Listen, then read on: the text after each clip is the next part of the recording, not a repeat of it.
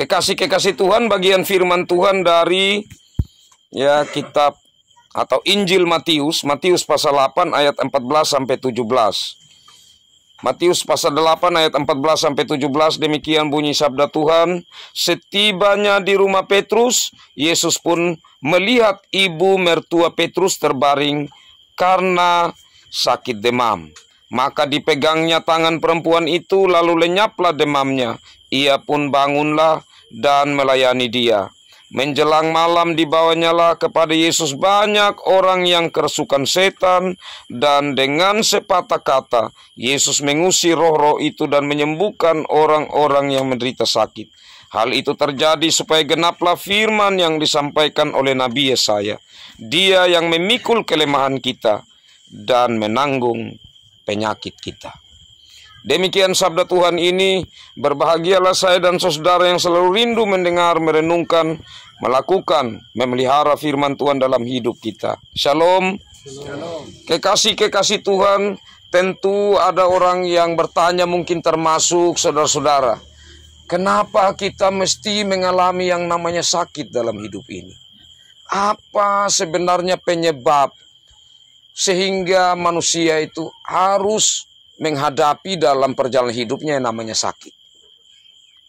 Nah, kekasih-kekasih Tuhan, Alkitab memberi jawaban kepada kita. Dari mana asal sehingga manusia bisa pada akhirnya merasakan sakit? Di kitab Kejadian, saat manusia jatuh dalam dosa, Bapak Mama pasti ingat ceritanya, di mana Tuhan mengatakan kepada Hawa, Hawa, engkau nanti kalau bersalin atau kalau melahirkan engkau merasakan sakit. Jadi sakit itu sebenarnya adalah akibat dari kejatuhan manusia dalam dosa. Jadi manusia jatuh dalam dosa sehingga ia akan mengalami yang namanya sakit. Dan berbicara tentang sakit atau lebih khususnya penyakit, maka kita tahu bersama bahwa sakit ini bermacam-macam latar belakangnya atau penyebab yang membuat orang itu sakit. Ada yang karena jatuh dari motor, ada yang karena satu penyakit tertentu atau kuman tertentu yang datang dalam dirinya. Ada yang karena sudah tua sekali sehingga sel-sel atau fungsi tubuhnya tidak lagi berjalan dengan baik seperti waktu masih kuat. Jadi dia sudah mulai menurun cara kerjanya. Ibarat kalau kendaraan semakin lama tentu ada alat-alatnya sudah aus yang perlu diganti. Tapi ini kan bukan alat-alat kendaraan yang mudah sekali. Ada suku cadang kita pergi cari. Ini kita manusia. Ada masanya, ada waktunya.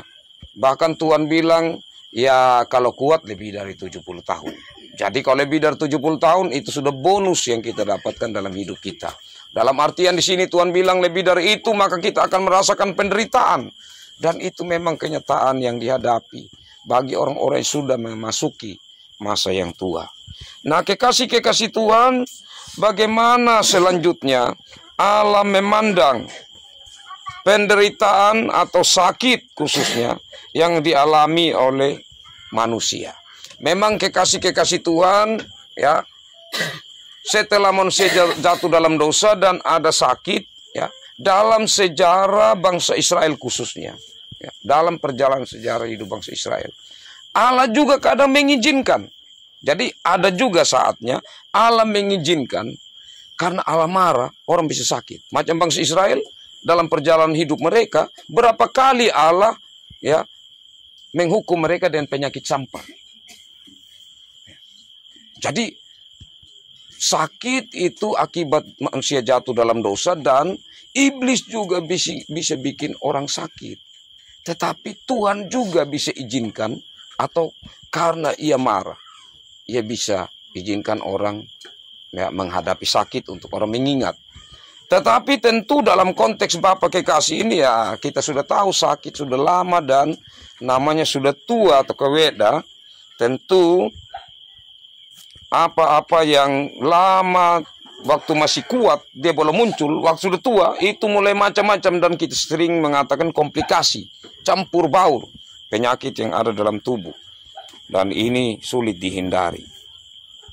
Nah, kekasih-kekasih Tuhan, dari bagian firman Tuhan yang saya baca bagi kita tadi, ini orang tua juga, dan nampaknya dia ini adalah mama mantu dari Petrus, dari salah seorang murid Yesus. Nah, dan ini sudah orang tua. Ya, di sini ada hal pertama yang bagus untuk kita renungkan. Karena nampaknya di sini mama mantu dari Petrus ini ada tinggal dengan Petrus atau di rumahnya Petrus. Berarti di sini sungguh bahwa anak ya merasa bertanggung jawab untuk orang terdekat yang sudah tua dalam perjalanan kehidupan rumah tangganya. Ya. Nah, kekasih-kekasih Tuhan, memang bapak mama di sini tidak punya anak kandung ya. Tapi tentu ada anak-anak angkat ya, yang sudah berkeluarga, yang selalu mendukung orang tua kekasih ini dalam doa. Bahkan saya percaya bahwa juga tidak jarang untuk mengunjungi orang tua kekasih ini. Itu sebenarnya salah satu bentuk perhatian yang nyata dari kasih yang harus ditunjukkan oleh kita ya, dari kasih Allah yang tidak kelihatan, yang kita percaya tetap bekerja dalam hidup mereka. Ya. Jadi kita secara iman bahwa Tuhan tetap bekerja, bukan ya tentunya bukan karena kita berhutang sama Tuhan, tidak. Tetapi memang itu anugerah Tuhan dan janji Tuhan memelihara kita. Dan tentu kita percaya secara iman bahwa Tuhan tetap memperhatikan setiap anak-anaknya, termasuk Bapak Yakobus Jebela dan Mama Kekasih. Tuhan terus memperhatikan mereka. Dan secara kelihatan tentu lewat kita sesama, orang-orang terdekat maupun siapa yang ada dalam kehidupan kedua orang tua kekasih ini. Nah, ini yang kita boleh renungkan pertama dari bagian firman Tuhan ini, betapa pedulinya Petrus ya terhadap orang tua yang ada dalam kehidupan keluarganya, ia memperhatikan. Nah, di sini kekasih-kekasih Tuhan, kalau kita lihat di sini hal yang berikut, bahwa saat Yesus ya pergi ke rumah Petrus, apa itu memang satu kebiasaan Yesus yang pergi untuk mengunjungi rumah para muridnya, tidak dijelaskan ya. Ya, ataukah ada tujuan Tuhan karena memang Tuhan tahu bahwa di rumah itu ada yang sakit dan Tuhan mau menyatakan kuasanya, tidak dijelaskan juga. Tetapi di sini yang pasti kekasih-kekasih Tuhan, bahwa Yesus bertindak. Yesus menyatakan kasih dan kuasanya di situ. Tuhan menyatakan kasihnya, menunjukkan bahwa belas kasihan Yesus itu sangat berpihak kepada ibu mertua Petrus yang sakit ini. Tentu kalau kita baca dalam khususnya Injil ya, Matius, Markus, Lukas, Yohanes, kita melihat di sana bagaimana Yesus berpihak kepada orang-orang tua, kepada orang-orang sakit, kepada orang-orang yang miskin. Yesus sangat-sangat berpihak kepada mereka. Yesus sangat berbelas kasihan kepada mereka. Yesus sangat peduli kepada mereka. Kenapa Yesus peduli, Bapak Mama kekasih Tuhan? Karena kita manusia ini adalah gambarnya, adalah rupa Allah. Kita percaya bahwa dalam penciptaan itu ada Allah Bapa, Allah Anak, ada Roh Kudus atau Allah Tritunggal yang berperan saat penciptaan pada mulanya. Segala sesuatu termasuk sampai pada manusia. Dan sampai pada manusia, Allah berbicara, baiklah kita menciptakan manusia menurut gambar dan rupa kita. Karena itu saat Yesus melihat kita manusia, ia tentu dari hatinya, ini saya punya gambar. Ya. Ini saya punya rupa. Jadi Yesus itu tergerak hati di saat ia melihat orang buta, ia sangat tergerak hati. Orang lumpuh, orang yang sakit bermacam-macam. Karena itu kalau kita lihat di bagian berikut dari bagian firman Tuhan ini tadi, kekasih-kekasih Tuhan, dikatakan di sini bahwa menjelang malam dibawalah kepada Yesus banyak orang yang kerasukan setan, dan dengan sepatah kata Yesus mengusir roh-roh itu dan menyembuhkan orang-orang yang menderita sakit. Nah, di sini kekasih-kekasih Tuhan, Yesus tidak melarang ya. Yesus tidak bilang, "Weh, kenapa bawa banyak-banyak orang?" Tidak. Yesus punya belas kasihan betul-betul, sangat tulus ya kepada manusia. Jadi yang dibawa itu dia menyembuhkan mereka. Bahkan di sini satu patah kata artinya, Bapak Mama kekasih Tuhan, bahwa Yesus benar-benar berkuasa terhadap setan. Nah, ini kita ingat kalau kita ikut gereja tanggal 5 kemarin, itu kita mendengar firman tentang iblis mencobai Yesus ya. Yesus dicobai di padang gurun saat Yesus berpuasa 40 hari 40 malam. Tetapi iblis tidak bisa untuk ya membuat Yesus ini tergoda. Karena Yesus ini tentunya berkuasa. Meskipun ia juga mengenakan tubuh dengan darah dan daging seperti kita manusia, yang bisa memungkinkan ia jatuh dalam pencobaan. Tetapi ia tidak mau tergoda dengan kekayaan, dengan kedudukan, dengan kehormatan, dengan masalah perut. Yesus tidak mau tergoda. Nah, kemudian kalau nanti kita akan masuk besok ya, tanggal 12, itu nanti Yesus juga akan mengusir setan yang ada dalam diri seseorang, di mana setan itu mengakui siapa Yesus, bahwa Yesus itu datangnya dari Allah. Yesus itu yang kudus, tetapi Yesus menghardik setan itu, dan setan itu tidak mampu untuk melawan Yesus. Ini menunjukkan bahwa Yesus itu sungguh berkuasa, kekasih-kekasih Tuhan. Dan di sini menampakkan bahwa Yesus benar-benar adalah Allah. Kenapa, Bapak Mama kekasih Tuhan? Karena setan ini dia lebih hebat dari saya dan Bapak Mama. Betul. Dia lebih tahu Yesus, lebih tahu Allah dari kita. Dia lebih tahu firman Tuhan. Dia bahkan yang paling setia mendengar firman. Kalau setan. Buktinya, waktu Adam dan Hawa jatuh dalam dosa, kan iblis yang putar balik itu firman. Iblis yang putar balik firman, berarti iblis tahu persis firman itu. Waktu Yesus dicobai di padang gurun, iblis pakai firman, berarti iblis kuasai. Hanya saja firman itu iblis putar balikan dia, sehingga firman yang benar menjadi tidak benar saat iblis yang menggunakannya. Selanjutnya iblis tahu bahwa Yesus itu berkuasa. Iblis tahu bahwa Yesus itu adalah Mesias. Dan iblis selalu berupaya untuk menggagalkan rencana Allah dalam diri Yesus untuk supaya kita manusia yang diselamatkan. Nah, dalam artian di sini kekasih-kekasih Tuhan, bahwa dalam kuasa Yesus ini, maka setan-setan itu takluk di bawahnya. Sehingga saat ada orang-orang yang saat itu dirasuki setan, maka saat Yesus mengusir setan-setan itu, atau roh-roh yang ada, roh-roh jahat yang ada dalam diri orang yang sakit itu keluar, membuat orang-orang itu menjadi sembuh. Nah, kekasih-kekasih Tuhan, hal yang terakhir dikatakan di sini. Hal itu terjadi supaya genaplah firman yang disampaikan oleh Nabi Yesaya, dialah yang memikul kelemahan kita dan menanggung penyakit kita. Di sini berbicara tentang dua hal, Bapak Mama.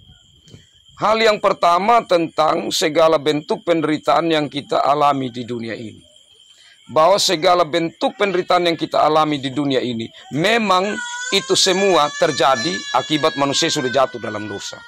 Tetapi meskipun demikian, Allah tidak membiarkan manusia. Allah tetap punya banyak cara untuk menghibur kita. Bahkan dalam perkenanan Tuhan untuk menyembuhkan kita. Itu yang pertama. Yang kedua, bahwa Allah sebenarnya punya tujuan yang kekal. Karena di saat manusia jatuh dalam dosa, maka penderitaan itu menjadi bagian yang terus dialami manusia. Kapan penderitaan itu berhenti? Penderitaan itu berhenti saat kita semua sudah berada di sorga. Dikatakan firman Tuhan di sana tidak ada sakit penyakit, tidak ada air mata, tidak ada duka cita, tidak ada pergumulan lagi. Nah, di sini menunjukkan bahwa Yesus Kristus datang ke dunia untuk apa, Bapak Mama kekasih Tuhan? Untuk mengambil apa yang tidak mampu kita tanggung, yaitu akibat kejatuhan dalam dosa, kita menderita termasuk sakit penyakit. Itu siapa yang bisa tanggung? Karena itu kita sudah ada di bawah kuasanya penderitaan itu atau kuasa iblis itu. Tetapi dengan datangnya Yesus, disalibkannya Yesus, dan dibangkitkannya Yesus, maka di situ kita memperoleh jaminan bahwa penderitaan dalam dunia ini Tuhan tetap akan menolong kita di dalam Yesus Kristus yang telah menang itu. Dan sekaligus dengan itu jaminan bagi kita disediakan. Ya. Jadi di dunia ini memang tidak selesai apa yang kita alami sepanjang kita hidup. Pasti ada kesulitan. Tetapi Tuhan tidak mungkin meninggalkan kita. Karena apa? Kita percaya janji Tuhan, aku menyertai kamu sampai akhir zaman. Dan cara-cara Tuhan bekerja kita dapat melihatnya secara iman. Orang-orang yang hidup dekat dengan Tuhan akan melihat bahwa dalam segala penderitaan yang ia hadapi, dalam segala pergumulan yang dihadapi karena orang-orang yang dikasihi mengalami sakit, ia tetap menemukan cara kerja Tuhan di dalamnya. Ia tetap mendapatkan kekuatan untuk menghadapinya. Dan terlebih dari itu, ada pengharapan yang teguh bahwa kita bagaimanapun akhirnya pasti kita akan mengakhiri hidup ini. Tetapi kita akan temukan satu kebahagiaan yang sejati. Itu harapan yang harus kita pegang sepanjang kita hidup. Itu akan membuat kita semakin teguh dalam iman percaya kepada Tuhan dalam Yesus Kristus. Demikian kekasih-kekasih Tuhan bagian sabda Tuhan ini.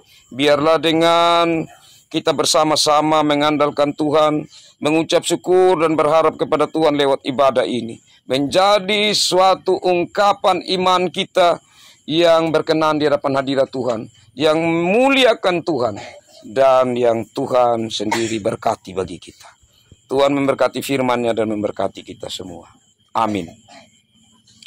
Kekasih-kekasih Tuhan, mari kita bersama-sama menyambut firman Tuhan ini, dan kita menyanyi Kidung Jemaat 445, harap akan Tuhan hai jiwaku, ayat 1, 45 ayat 1. Harap akan Tuhan hai jiwaku, Dia perlindungan dalam susahmu.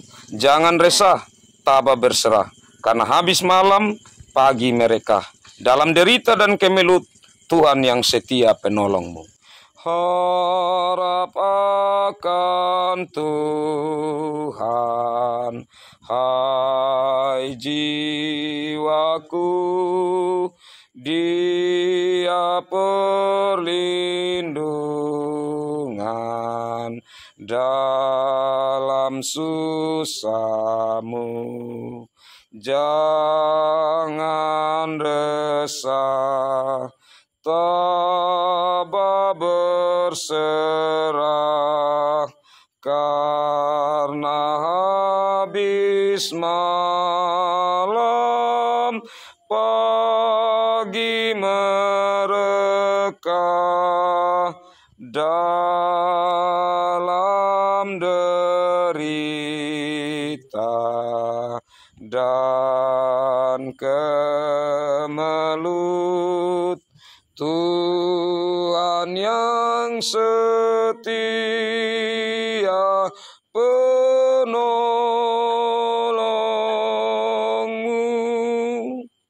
Kekasih-kekasih Tuhan, dalam persekutuan ini tentu menjadi satu sukacita tersendiri. Karena saya yakin Bapak kekasih ini masih bisa mendengar. Dan tentu dia mendengar bagaimana ponaannya, bagaimana keluarganya yang meskipun yang lalu saat keluar dari lapas, orang tua karena sakit tidak sempat bertemu, tetapi mereka datang di tempat ini. Dan kita semua bersyukur untuk hal itu. Dan biarlah ini menjadi satu kekuatan tersendiri, khususnya iman percaya Bapak kekasih. Nah, selanjutnya kita akan masuk dalam doa syukur dan syafaat, dan saya mohon Bapak Penatua jaga untuk bawa kita dalam doa syukur dan syafaat.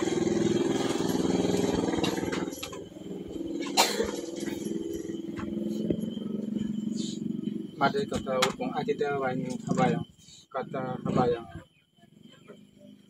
O ala muri mana megoto hurga muri pinyi pa ari panamong napakadaya kita patama mata awang umidaga. O muri to ko kinakata dudung yado na ama mo itulo bray nga mo pere aga mamuri gana kakinya kana pakawuti ko buong udan nga mata ko umayado na ama. Perere tanang una muri mbuna kana huhu na anam Yakobus Jehub elanang atulinya na hidu nuna muri agana na mahidu ta kalitu ihina ta ihina lakada matik digunya ang iye bam it amu kanya muri nunam amko bali bulgunya lahi o lang iunam pengpeh na madet lang o kag una muri tom una ama nam eda wikinanya lapung baika kanya kanam hidu ta ihina tenang hinaliya na pidyo lunaan. Ada mawaling lahi o kaya kamuri. Bol dan nagahit mong dan lang mo yung pidyo. Yedon ama yung kadagun ng aram to ko kinakatama malang lahi. O muri nam ego to hurga. Tom nun ama to taridong jana. O huhu da anang mo nang lagi lahat mo mo dador. Nun nam ama o kag muri nam ubulong hapong arom taba. O kag nun ama nam galo maga dyan. Kau memuri lakan laut dia temu mija kat dadar. Udun am nampa kuli ndai na mata main ngo. Udun am nampa madu nai. Dedi na am hawu ku mu kerja kaki kena majai dalam muri kurwi hang malung perre tanang muri. Tak dalu perhapun tu kaki naka na amat na palu na angwua na dalu dina na itu. O muri na mai kutu hurga perre tanang ama na nam na ayung itu dia labunya. Perre nam tu hu anamu. Nama li anu tu bagi nam kapaitong talat nam lapo. Ay ye do na amat rigwang ajar to ko umat pena la pa kung mau to man yan amat na angu am ta balu lina yan ki to matari dung ya ini bin ko jong tabon mat gamat da hanging rong no nammu o bali bo nya tabi na ay panahmo alang idu nam pang pa nam bet na o ka kambu o blum ma ko o ka na ama na patut na patibi lapung muri na panghat da hin la ta khay muri ka mamalong yadon am to hay lugo nya nang haram bolu hun anam waya kai muri ida ai na kalkut lim na pheta bol dan tur mengutur dan ngaj mengutur ngar muri pamring pamlan pakanyut pakanaga kay run am tenang kan lur ka kay kan kar mun hat klem tam pererehing muri ada perapunya to kinaka na angwon palo ng taldin yan muri na hu na anam ng palatu gunya na bini mutaridung ya am nunam muri tama na koruman panuju punya andoli dimhay gunya nang aram abiyan hang pray nunam amway pangal kay hindi ko laglim gaw way ala kanya tay go prere tanong ko umang mo pamring pamlal na yung buri tenang ang lolid may gunya nang haram na am kan lakoy katakanyur jak takanaki kilog jak lim kaw muri prere tanong to kay no na am patolin yung ito tom nun am buwan tal ta dagwa to blum barlet makdo pererehing nam pangal nam wang nam ged nam bande ukat yan nam jay problem muri mo kay kinat ambulog gunya kamatom bol tuti di may dream pati tuol pati kagam am ready na hukum kay yan nam jay problem tengara na muri mahiye ko ito gidi naman mamuri mama amin amin. Baik, terima kasih Bapak Penatua. Baik, demikian ibadah kita. Terima kasih Bapak Mama semua. Kita sudah boleh mengikuti ibadah ini dengan baik. Ya, ini berhubungan dengan kita mendukung kekasih kita Bapak Yakobus Yobela yang sakit dan mewakili Jemaat Madakus yang ada saat ini. Berterima kasih Bapak Jeriko sebagai keluarga ada bersama-sama dengan kita dalam persekutuan persaudaraan saat ini. Tuhan memberkati kita semua dan kami kembalikan kepada Bapak Penatua dan keluarga. Shalom. Shalom.